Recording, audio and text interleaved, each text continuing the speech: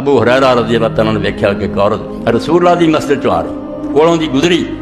آپ نو محسوس ہویا میں نے خوشبو لگائی، روکیا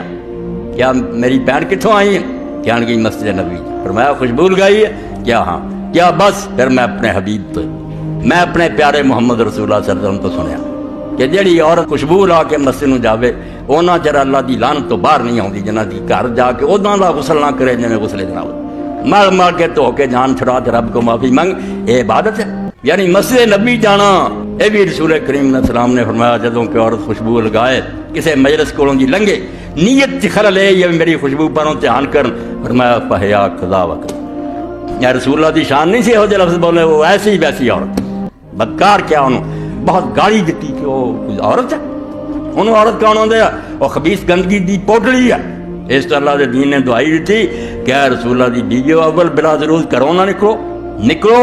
نہ چال نہ لباس نہ خوشبو نہ زیورات، کوئی کشش نہیں ہونی، کوئی ایسا لباس نہیں ہونا چاہیے